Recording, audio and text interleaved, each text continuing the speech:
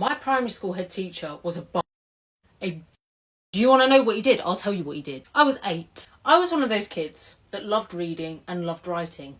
I still do. When I was a kid, I used to always get in trouble. Us kids would be asked to write a 300-word story. I would write 700 words. I'd be writing so fast, I would miss out grammar. I would miss out words in my story because I was so eager to get all my thoughts onto paper. Anyway, one day, we're in assembly, and the head teacher starts talking about how he wants to raise money for more English department supplies. Me being the little sneaky, creative 8-year-old that I was, wanting to get involved, I decided I should raise money for the English department. So I was trying to think of ways, and I thought of making a school magazine. I'd create a magazine. Here's the thing. Like I said, I was only 8. So for this magazine that I designed at home by myself, I put word searches in it, I put crosswords in it. Here's the problem. You know, with a word search, the lines should be straight. If you're going to design a word search, you should really use a ruler, right? Yeah, I didn't think so. I also did an agony aunt page. But obviously I was so eager to make this magazine that I didn't actually ask people to send in problems. I made up my own problems. Oh, my boyfriend doesn't love me. What do I do? An 8-year-old me would be like, oh, just get over it. It's fine. I drew pictures. I can't draw. I've never been able to draw. I drew pictures for people to colour in. I did dot to dots. I put math equations in there.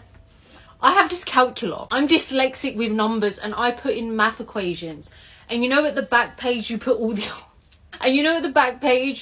answers.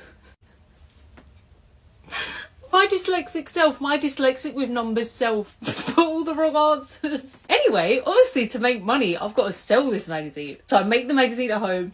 I go to school the next day. I go to the head teacher and I said, I've made this magazine. Can I sell it? And he was like, yeah, that's really great. Go to the photocopier and make 100 copies. He didn't even look at it. The head teacher didn't even look at my magazine. So I printed these copies. And then every day for the next week, I went around school selling it for 20p. So first of all, everyone was complaining about the magazine. Everyone was coming up to me like, you can't count, use a ruler. So I'm already humiliated. This flipping head teacher. So I've sold it all week. I sold the 100 copies.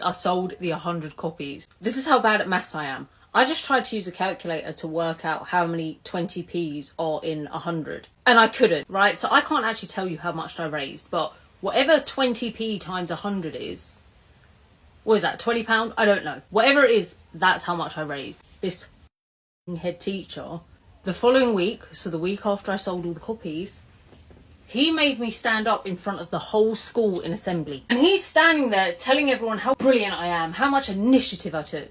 He then announced how much I made. Let's say it was £10. Maybe I'm wrong, let's just say it was £10. About half the school started laughing.